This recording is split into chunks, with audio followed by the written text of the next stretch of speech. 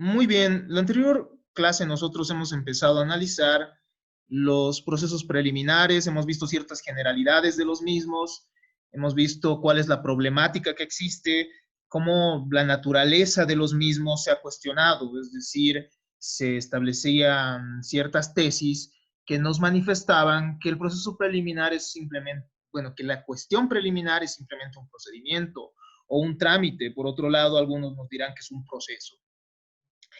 Finalmente, nuestro código abarca una corriente por la cual el proceso preliminar tiene ese denominativo, ¿no?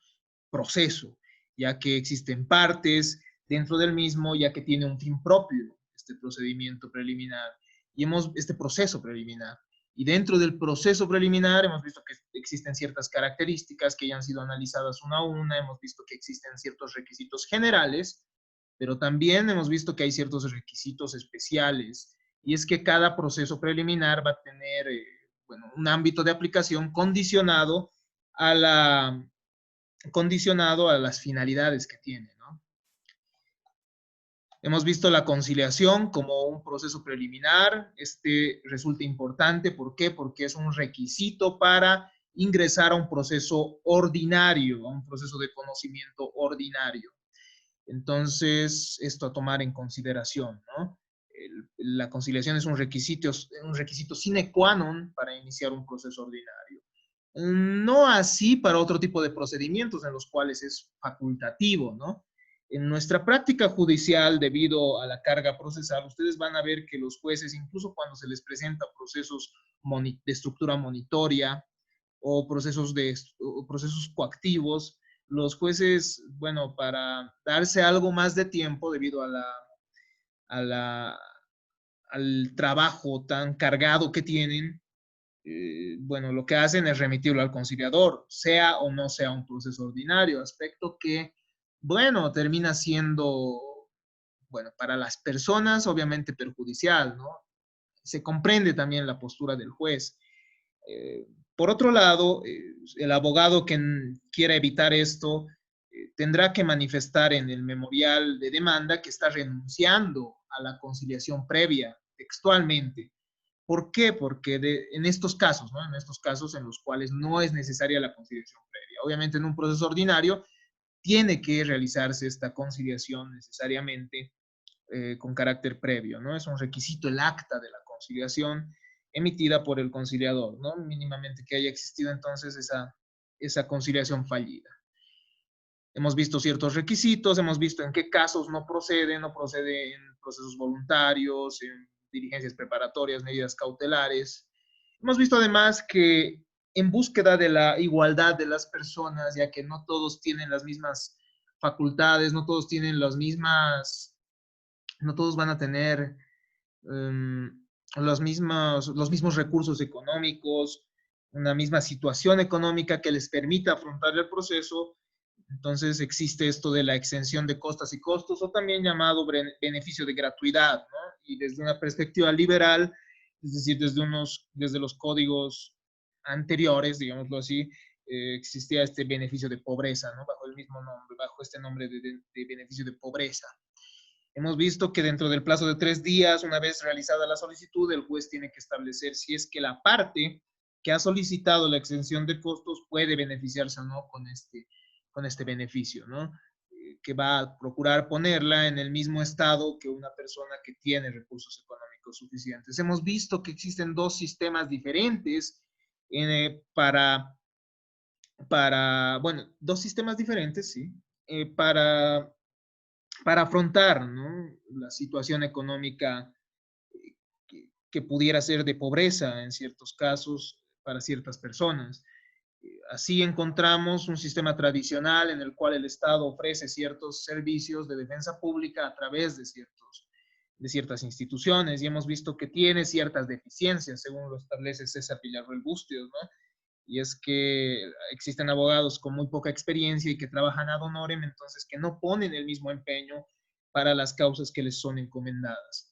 Por otro lado, hemos visto que existe un sistema de retribución estatal, ¿no? Este es un sistema muy válido en el cual el Estado va a pagar los honorarios de los profesionales abogados que van a patrocinar en causas a personas que no tienen recursos suficientes para afrontar el proceso, ¿no?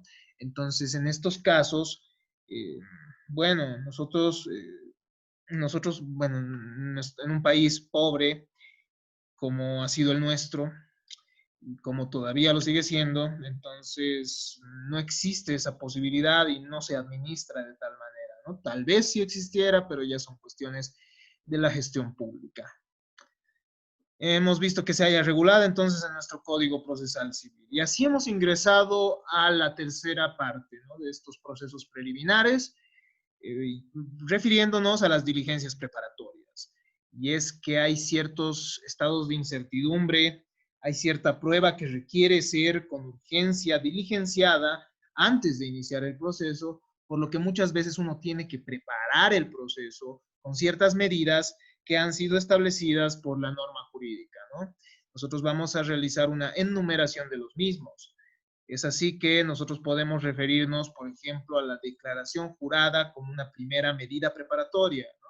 Nuestro Código Procesal de Procedimiento Civil, es decir, el anterior código vigente en materia procesal civil, establecía, denominaba estas como medidas preparatorias, ¿no? Ahora son denominadas diligencias preparatorias, que se van a plantear en la vía de un proceso preliminar, previo al proceso principal, como ya hemos visto, ¿no? Entonces, en las diligencias preparatorias nosotros encontramos la declaración jurada. Mediante la declaración jurada lo que vamos a buscar es preparar un determinado proceso para evitar que la parte contraria, el futuro demandado, pueda plantear una excepción de falta de legitimación, ¿no? Es decir, bueno, falta de personería, como le llaman, por lo cual tendrá que plantearse y tendrá que indagarse sobre ciertos aspectos de su personalidad, ¿no? Si es casado, si no lo es, cuál es el domicilio que tiene o qué sé yo, ciertos aspectos inherentes, ¿no?, a su personalidad misma, a su identidad. Se plantea cuando quien pretende plantear una demanda no tiene certeza sobre los hechos relativos a la personalidad de aquel contra quien pretende incoar un proceso. Entonces se le va a realizar una citación para que él mismo pueda realizar una declaración jurada sobre estos aspectos, ¿no? Y posteriormente no existan esta posibilidad de dilatarse el proceso observando estas formalidades. El interrogatorio entonces va a buscar obtener datos relativos a la personalidad, esto es importante, no constituir cuestionarios sobre los hechos controvertidos. La finalidad es establecer la legitimatio ad causam o la legitimatio ad processum, ¿no? Cualquiera de estas dos. Es decir, también se va a establecer, en realidad esta persona es mayor de edad, por ejemplo, si es que tengo que demandar a una persona que ha generado daño en un proceso de reparación civil, digo, de responsabilidad civil, un proceso de la reparación del daño, podrá, pues, en vía de diligencias preparatorias, solicitarse a la persona que establezca cuál es su edad, ¿no? Para que en caso de ser menor de edad también se realice otra diligencia preparatoria y se le designe un tutor. O en caso contrario, se le pregunte quiénes son sus padres para demandar a los padres, ¿no?, que en representación de esta persona. No debe confundirse con la confesión provocada, que hemos visto es un medio probatorio que va a buscar el fondo del asunto, ¿no? Eso es muy diferente, esta declaración jurada, como medida preparatoria o como diligencia preparatoria. Dentro de las medidas preparatorias o diligencias preparatorias, nosotros también encontramos el reconocimiento de firmas y rúbricas, además de la comprobación de efectividad de un documento. ¿Qué es lo que busca esta medida preparatoria? En primer lugar, esto va a operar ante documentos privados que van a contener un negocio jurídico y van a buscar que este negocio jurídico tenga cierta, bueno, fecha cierta y efectividad, ¿no? Pueda ser oponible, diríamoslo así, ante terceros, conforme a lo previsto por el artículo 1301 del Código Civil. Entonces se va a citar a una persona para que reconozca si las firmas o las huellas estampadas en un determinado documento, puede extenderse esto a las huellas, han sido efectivamente rubricadas o han sido efectivamente estampadas en el documento privado. Esto opera únicamente en caso de documentos privados, ¿no? Sería absurdo que un documento público tenga que reconocerse en vía judicial. Es decir, ya tiene la fe pública otorgada por la autoridad competente. Esta se puede realizar por dos vías, ¿no? El reconocimiento de firmas y rúbricas puede realizarse por vía notarial, directamente ante, el notario, ante la autoridad competente, que es el notario de fe pública, y de manera voluntaria por los intervinientes en el negocio jurídico. Pero también puede realizarse de manera judicial, ¿no? Si es que no se ha realizado este reconocimiento de firmas, que simplemente va a tener un efecto entre las partes, entonces tiene que realizarse ante una autoridad judicial. Una autoridad judicial que va a citar a la persona en determinado, para que determinado, dentro de un día específico, la misma se presente ante el tribunal y bajo juramento establezca si sus firmas son o no, son o no las de esta persona, ¿no? Es cuando se trata de personas naturales, entonces se tiene que establecer a quién cuál es la persona que tiene que reconocer la firma y rúbrica, la misma que obviamente va a ser una persona obligada en mérito al documento o al negocio jurídico. Se tiene que emplazar a esta persona, si no concurre en el tiempo, se va a tener por reconocida la firma y rúbrica y se le va a dar efectividad al documento. Entonces, es necesario que la persona acuda ante la autoridad jurisdiccional y en caso de no ser su firma, la desconozca, ¿no? Para que posteriormente se realice un procedimiento por el cual se proceda a la pericia y se establezca si efectivamente la firma pertenece o no a esta persona. Por otro lado, hay que distinguir este reconocimiento de firmas y rúbricas de la vía judicial, ¿no? Bueno, de la vía judicial respecto a la comprobación de la efectividad del documento.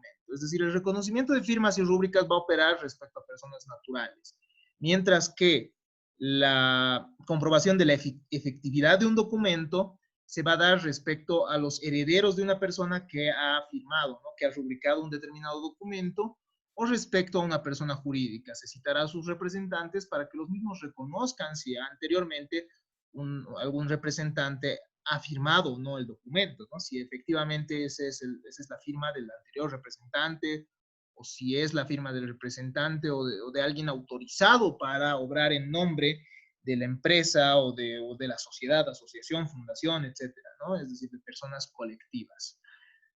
En otro caso, también la comprobación de la efectividad del documento se va a realizar, como habíamos dicho, bueno, contra los herederos, ¿no? De una persona que ya ha fallecido y que ha firmado un documento.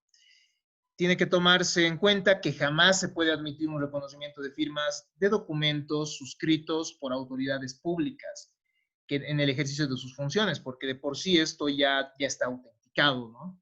Aspecto importante que no deben olvidar. Dentro de las medidas preparatorias o diligencias preparatorias, nosotros también vamos a encontrar esta medida que es la exhibición del testamento, ¿no? Es decir, nuestro Código Procesal Civil establece que las partes pueden solicitar la exhibición de un bien inmueble o la exhibición de documentos. La exhibición de un bien inmueble para poder ver también, para poder identificar un bien inmueble, ¿no? Y dentro de los documentos que se puede pedir a la futura parte demandada que exhiba, se encuentra el testamento. En materia sucesoria, ustedes han visto que existen ciertos testamentos ordinarios y testamentos especiales, ¿no? No contratos. En realidad es muy diferente el contrato al testamento, ¿no? Ya que es una declaración unilateral de voluntad del testamento, mientras que el contrato es un acuerdo entre partes. Testamentos ordinarios y especiales, entonces. Testamentos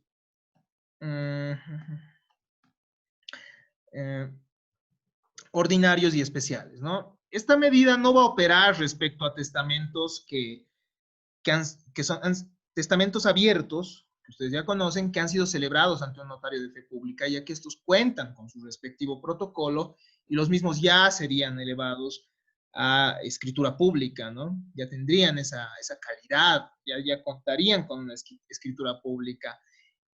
Esta medida va a operar, por el contrario, ante el caso de testamentos cerrados que hubiesen sido celebrados ante testigos, o también en los casos en los cuales se den los tipos especiales, ¿no? de testamentos. Ustedes conocen el testamento celebrado en el campo, en ciertas situaciones de riesgo, por ejemplo, o el testamento que pueda, el testamento hológrafo que ustedes ya han revisado de manera exhaustiva en la materia de sucesiones, ¿no?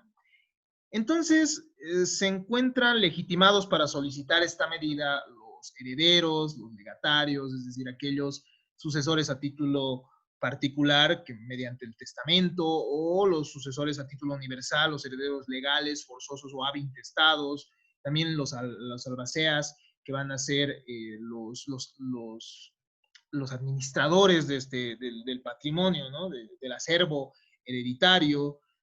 Por otro lado, también cualquier persona que tenga interés en anular, por ejemplo, el testamento, bueno, plantear alguna pretensión futura respecto al mismo, va a poder solicitar la exhibición del mismo. El proceso principal puede buscar diferentes finalidades, ¿no? Puede buscar anular el testamento, o puede buscar también la denominada acción de petición de herencia, ¿no? Que ustedes han debido ver en la materia de derechos reales. Es una forma por la cual los herederos buscan ingresar en posesión o tener posesión efectiva de los bienes del acervo hereditario, ¿no? Del causante, una vez que se ha aperturado la sucesión hereditaria. Por otro lado, tenemos entre las diligencias preparatorias la exhibición de títulos y otros documentos a efectos de la evicción. Ustedes han podido ver en la materia de derecho en contratos, en derecho civil, dentro de nuestra malla curricular, derecho civil 4, ¿no? Contratos, que ante la transferencia de un determinado bien, por ejemplo, si uno de los socios transfiere un bien a la sociedad, o el donatario también puede llegar a transferir un bien y ser responsable, o sea, ser garante de la evicción y saneamiento bajo ciertas circunstancias. Los permutantes o también el vendedor de un bien tiene la obligación de garantizar, ¿no? O sea, de la garantía de evicción y saneamiento, que va a estar implícita en cualquier contrato de transferencia de un determinado bien. También en el contrato de transacción. Nosotros ya hemos visto en el video de Sergio que la transacción es un contrato bilateral sinalagmático perfecto por el cual las partes realizan mutuas concesiones para evitar un proceso, o para evitar un proceso, para terminar un proceso que ya se ha iniciado, ¿no? Entonces, la transacción, muchas veces las personas para transar, es decir, para celebrar estos contratos que tienen por finalidad poner fin a un litigio, transfieren también bienes, ¿no? Es decir, le dice, bueno, ¿sabes qué? Me estás siguiendo una acción reivindicatoria, pero yo mejor te doy mi auto y tú me dejas en este terreno, yo también ya he realizado los gastos, etcétera, ¿no? Y el otro dice, bueno, entonces yo renuncio a esto, y tú renuncias a esto, ¿no? Realizan mutuas concesiones y se va a dar una transferencia, y cualquiera que transfiere está obligado, ¿no? A garantizar, a salir a la garantía de la evicción.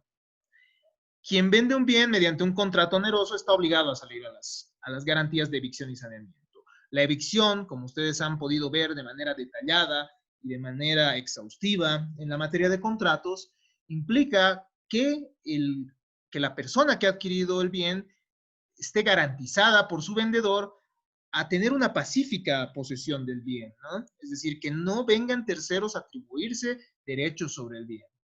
El momento en que un tercero plantea, por ejemplo, una acción reivindicatoria o un mejor derecho de propiedad o unidades, tal vez respecto al título propietario, habría que ver las circunstancias, ¿no? La persona, el adquirente, puede llamar al garante de evicción para que el mismo también, bueno, pueda defender, ¿no? Esta situación, esta transferencia que ha realizado. Nosotros esto ya lo hemos visto en el Instituto Jurídico del Litis Consorcio Necesario que hemos revisado, ¿no? Anteriormente. Ahora, la persona que crea que va a ser demandada, por ejemplo, por evicción y saneamiento, etcétera, que va a ser demandada por una tercera persona en algún momento para reivindicar el bien o para que se le reconozca el mejor derecho propietario. A ver, un caso más concreto.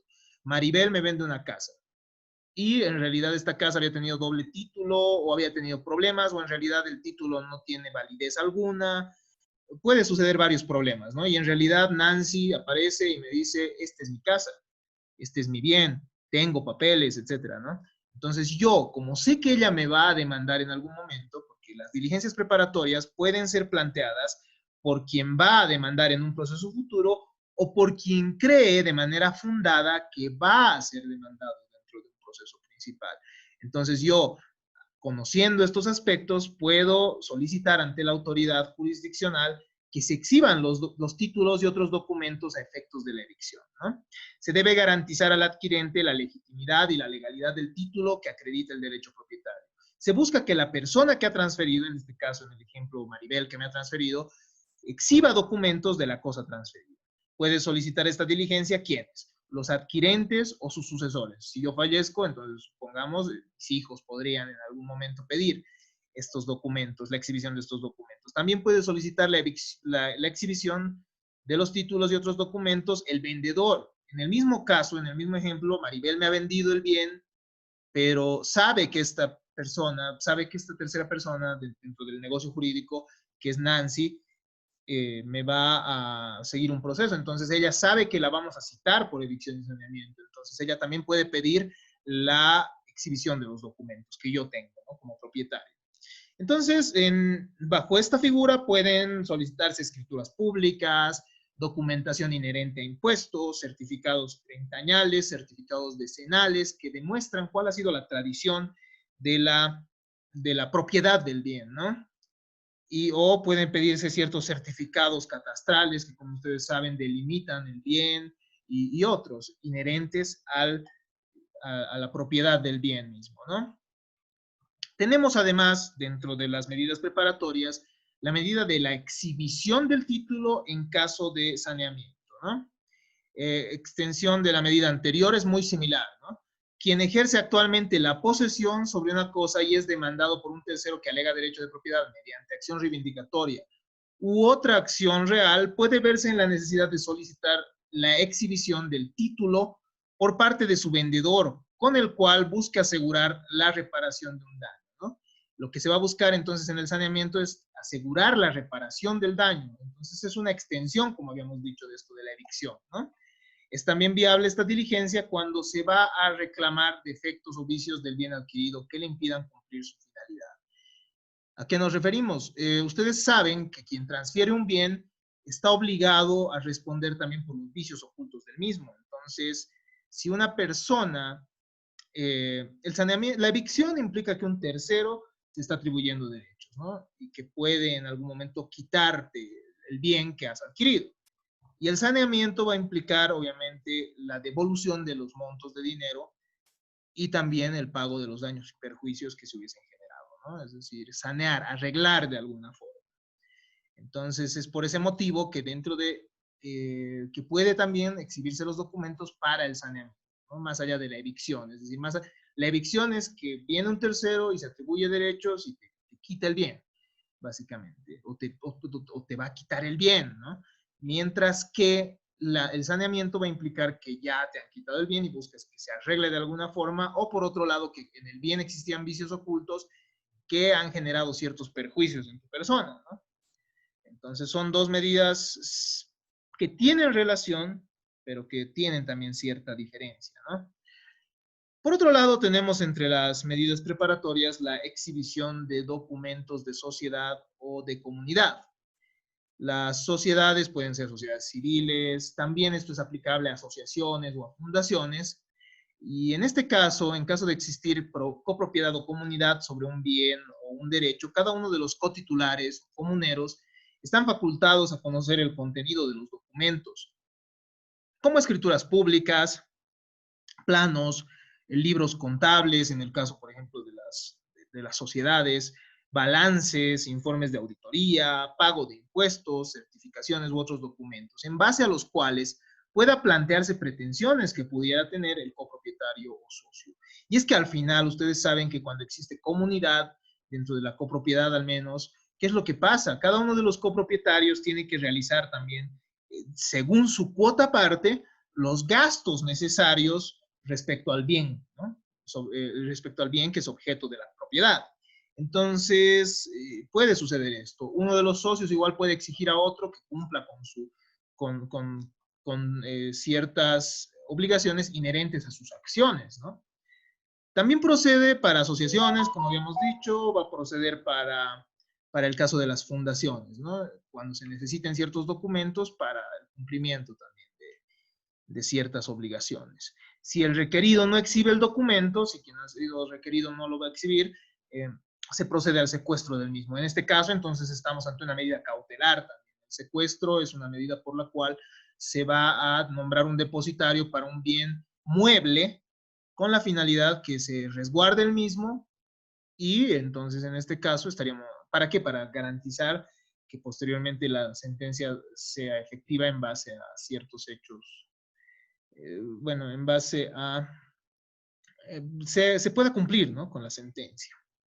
Si a ver, entonces es una cuestión preliminar, puede transformarse en este caso en una medida cautelar. Dentro de las medidas preparatorias o denominadas en nuestro código diligencias preparatorias, nosotros también encontramos el nombramiento de defensor para el caso de desaparición. Ustedes han visto esto en la materia de personas, ¿no? Existen figuras como la desaparición y la muerte presunta. En el caso de la desaparición o ausencia, también denominada ausencia, en la cual existe una ruptura entre la persona y su domicilio en sí, y su domicilio y su entorno más próximo.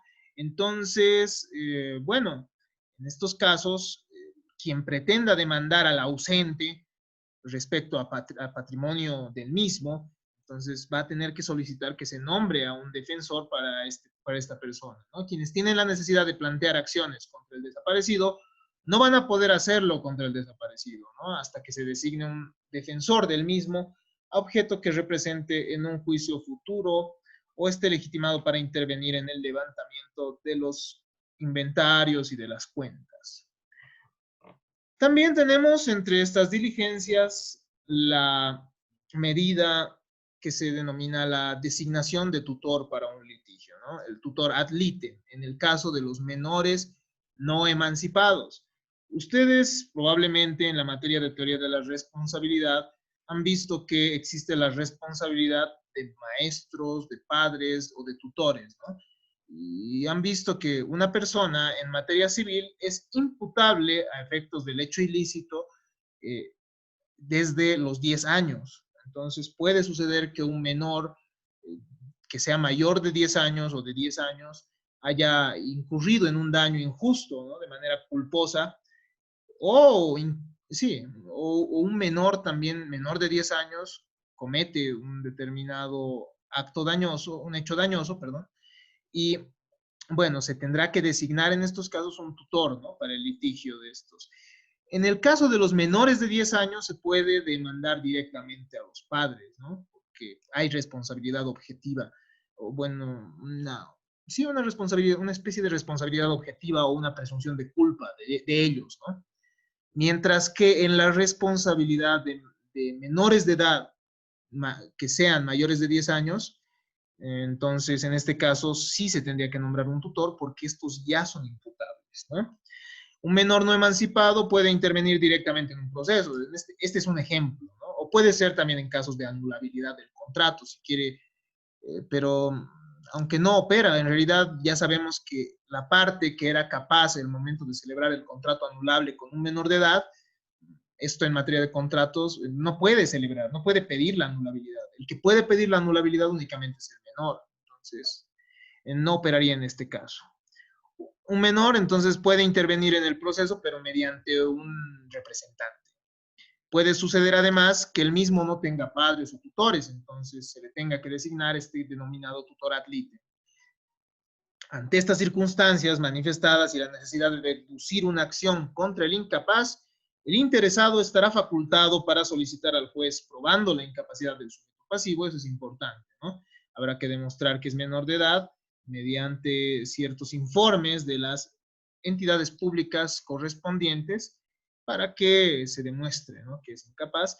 Y bueno, probando esto, se designe un tutor ad litem que tenga la facultad de representar al menor en un juicio, protegiendo sus derechos e intereses, ¿no? Aquí podemos ver también cierta diferencia con el proceso penal, en el cual, bueno, ustedes ya han podido ver es que tiene un procedimiento especial, ¿no?, para el caso de menores de edad imputables. Diligenciamiento de prueba anticipada. Puede suceder que por ciertas situaciones de urgencia, quien va a demandar en un futuro proceso requiera del diligenciamiento de cierta prueba. Es así que algunos procesalistas objetan que esto se trate de una diligencia preparatoria propiamente dicha, porque aquí sí estamos tratando cuestiones de fondo, ¿no? Manifiestan que esto debería encontrarse en la parte de la prueba y no así en la parte de las diligencias preparatorias. Y esto de manera fundada, ¿no? En realidad, como hemos dicho en un principio, la naturaleza de las diligencias preparatorias es librarnos de ciertos aspectos de incertidumbre, pero para preparar el juicio, es decir, no ir al fondo mismo del proceso. Entonces, ¿no?, hay cierto debate doctrinal. Pero bueno, está en nuestro código positivado como una diligencia preparatoria. Y es que por circunstancias extraordinarias en las que existe un riesgo de que se altere o perezca el bien o pudiendo modificarse las circunstancias que lo rodean, entonces puede operarse ante una situación de urgencia el diligenciamiento de cierta prueba, ¿no?, que puede ser prueba pericial, puede ser prueba testifical, puede ser prueba de inspección judicial. ¿Por qué, no? Porque, por ejemplo, si uno va a plantear una demanda de resolución del contrato más el pago de daños y perjuicios respecto a un bien que ya ha sido dañado por uno de los contratantes, entonces, antes que se realicen algunas mejoras, etcétera, o algunos arreglos, tendrá que, pues, esta persona podrá solicitarle al juez que se realice el diligenciamiento de la inspección o el análisis del perito, por ejemplo, ¿no? Antes que se realicen ciertas construcciones, por ejemplo, también puede darse, ¿no? Antes que se altere el bien o antes que perezca el bien. Por otro lado, pueden modificarse, bueno, por otro lado, también la prueba testifical, ¿no? En ciertas circunstancias. La prueba testifical, pericial o de inspección judicial puede anticiparse en estas circunstancias, cuando puede alterarse el bien o cuando puede perecer, cuando pueden modificarse las circunstancias necesarias para el juicio, ¿no? Si el juicio requiere de cierta prueba y la misma pueda cambiar en el futuro, cualquiera de estas pruebas, entonces es necesario, se puede plantear esta diligencia preparatoria. También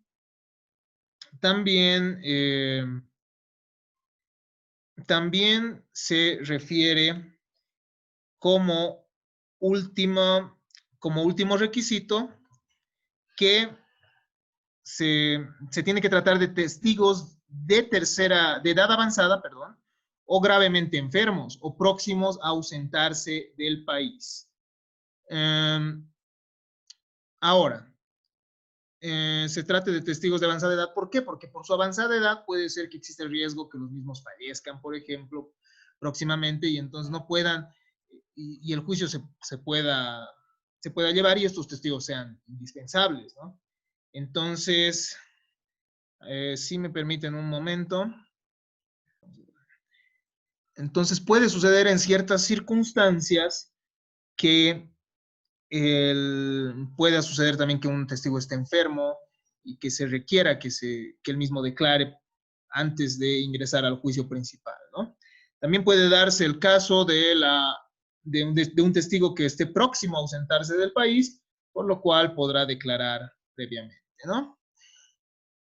Como la última de las medidas a estudiarse, nosotros vamos a referirnos a la citación de quien pueda ser demandado por reivindicación u otra acción para la que fuere necesario saber el carácter en virtud del cual ocupa un determinado bien o en su caso exprese a qué título lo tiene, ¿no? Existen ciertas acciones en las cuales se tiene que tener conocimiento de la situación de la persona respecto a un bien, ¿no? En la acción reivindicatoria, por ejemplo, para nosotros podemos previamente plantear una medida preparatoria para saber a qué título está una persona ocupando el bien, ¿no? Para no plantearlo así respecto a un detentador, tal vez a un inquilino, cuando tendríamos que plantearlo a quien sería supuestamente su verdadero propietario. Entonces, esto para acreditar la legitimación pasiva, ¿no? Busca evitar un error, ¿no? De plantear la acción reivindicatoria contra quien no es poseedor o detentador de un bien en razón de existir únicamente una apariencia respecto de un determinado bien inmueble y consecuentemente pueda errar en la legitimatio ad causam del demandado. Se presenta con cierta frecuencia ya que la persona que va a demandar, usualmente cuando uno es propietario de un bien, desconoce quiénes son las personas que han ocupado el mismo, ¿no? Entonces, podrá solicitar, se cita a esta persona para que informe ante la autoridad judicial a qué título tiene el bien. Estos son aspectos a tener en consideración. De esta manera ya podemos ingresar nosotros a revisar algo de los procesos de conocimiento y terminar esto en la clase, en nuestra siguiente clase, ¿no?